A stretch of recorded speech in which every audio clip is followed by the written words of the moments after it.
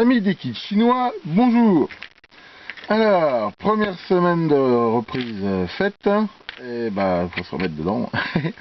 Et je vais en profiter ce soir parce que bon, j'ai plein de trucs à faire, faut que je finisse mon portail électrique et tout.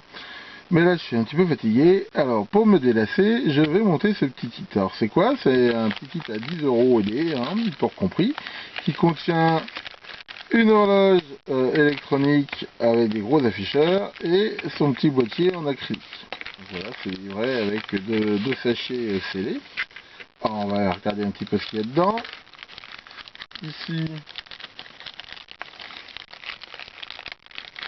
ces pièces qui sont manifestement découpées par CNC ou un truc équivalent, avec de la petite visserie a priori 2 mm.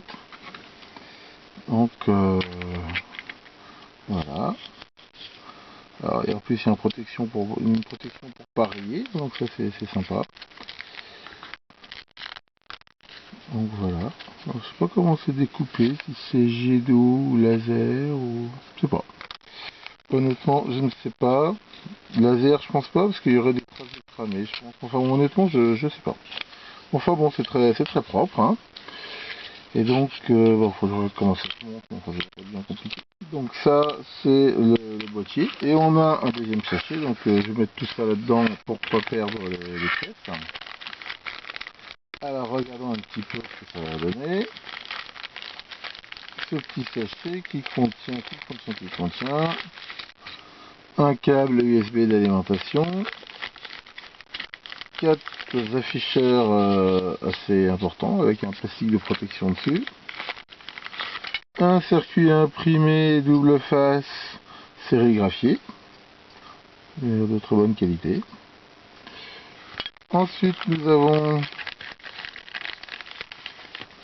les deux circuits intégrés, à savoir un microcontrôleur, un 15F204, je connais pas, et ce petit circuit que là par contre je connais bien, qui est une petite horloge RTC. Alors ça c'est intéressant parce que ça veut dire justement, et d'ailleurs on le voit ici sur la sérigraphie, que l'horloge aura son propre quartz, ici qu'on voit un quartz d'horlogerie, qui est bien plus précis qu'un quartz de microprocesseur, et ce système de backup par pile, ce qui fait que ça gardera l'heure quand il y aura des coupures de courant, et ça c'est vraiment très intéressant. Et ici, a priori, une petite notice en chinois, bien sûr. Il va falloir que j'apprenne à parler chinois, qui donne des instructions pour le montage et le schéma de la bête. Enfin, moi, avec la sérigraphie et ça, on devrait s'en sortir, même si c'est en chinois. Et ici, donc, tous les composants qui vont bien, bon, avec quelques résistances, enfin, vraiment des choses très classiques. Ça a l'air vraiment très simple à monter. Donc bon, je vais pas y faire de changement, je pense pas, à part bien sûr, comme d'habitude, changer de ces supports là, parce que ça c'est vraiment pas terrible.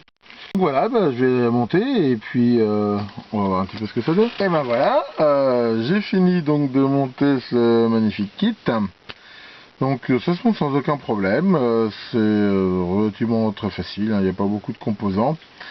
Il y a quelques petits pièges ou trucs auxquels il faut faire gaffe, je vais vous les indiquer, mais enfin dans l'ensemble ça se monte très bien. C'est de très bonne qualité, il n'y a rien à dire. Il y a même des composants en trop, à la fin il reste 2-3 résistances en trop.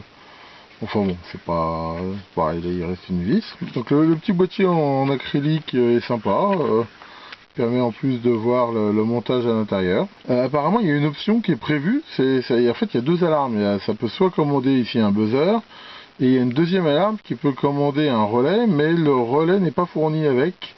Alors ça commande une LED et un relais, donc pour l'instant je ne l'ai pas câblé non plus parce que j'en ai pas besoin. Enfin on peut le faire. Attention par contre, si vous prévoyez de mettre le relais après, vous ne pourrez pas le mettre parce que en fait c'est ça qui est une des choses auxquelles il faut faire très attention. On voit qu'il y a des composants des deux côtés. Il y a les afficheurs et ici les composants.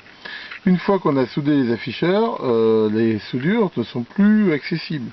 C'est pour ça qu'avant de souder les afficheurs, il faut vraiment bien regarder qu'on a bien fait que toutes les soudures, que tout est propre. Moi je l'ai bien regardé, j'ai même utilisé là, mon super microscope USB pour vraiment être sûr que tout était bon avant de souder les afficheurs.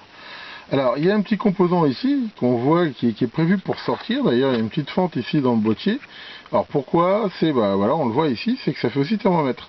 Donc, tous les X, il affiche la température et ça, en fait, ça ressemble à une diode, mais c'est pas du tout une diode. Hein, c'est une thermistance en boîtier de verre. D'ailleurs, on voit qu'il n'y a pas de sens. Et ce petit composant, donc c'est celui qui sert ici donc à mesurer la température.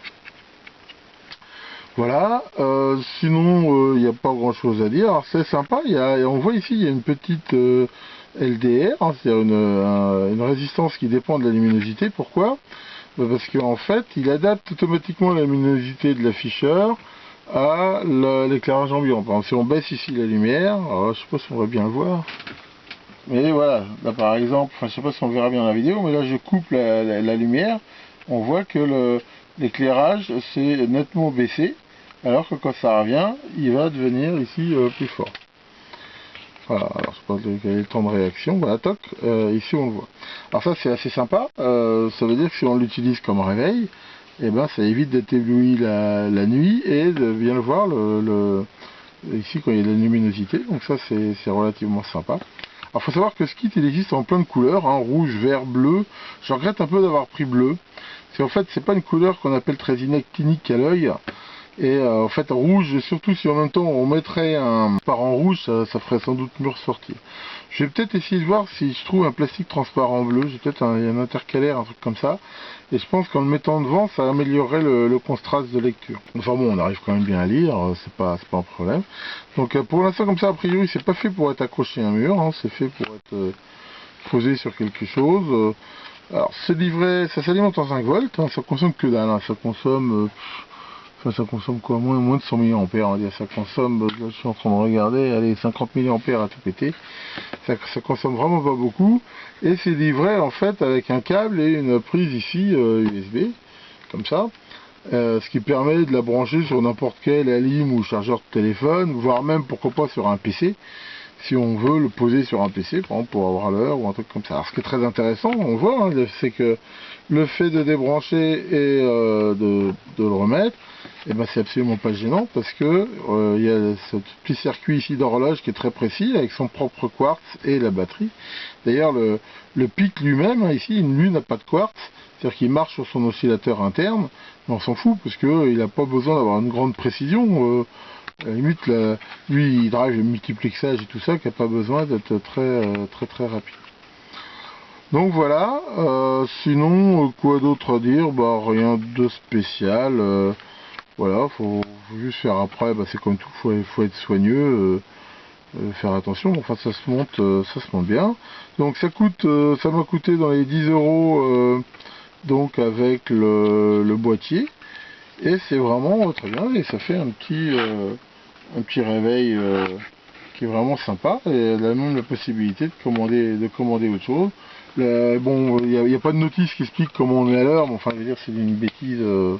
Il y a ce truc classique, il y a deux boutons, on appuie sur celui-là, à chaque fois qu'on appuie on va choisir heure, minute, les choses à ajuster, qu'on ajuste ici avec le deuxième bouton. Vraiment c'est pas compliqué, et c'est même bien fait parce que par exemple il y a un petit connecteur ici qu'on voit, qu'on peut éventuellement souder si on veut déporter, ne pas utiliser ces boutons là, mais le mettre dans un boîtier pour mettre des boutons plus loin pour la mise à l'heure. Non, c'est vraiment clean, hein, vraiment cool. Je veux dire, le rapport qualité-prix est vraiment excellent. On a des fois tendance à dire ouais la Chine c'est de la merde et tout, mais là non, faut être honnête, c'est de super qualité. La découpe est très précise, c'est pareillé, c'est propre. Les composants sont de bonne qualité, de résistance à 1%, tout, enfin vraiment c'est vraiment très bien. Donc voilà, bon il me reste plus qu'à savoir où est-ce que je vais mettre ça, mais à part ça, je regrette pas du tout mon achat. Voilà, merci de votre attention et à bientôt pour de nouvelles vidéos.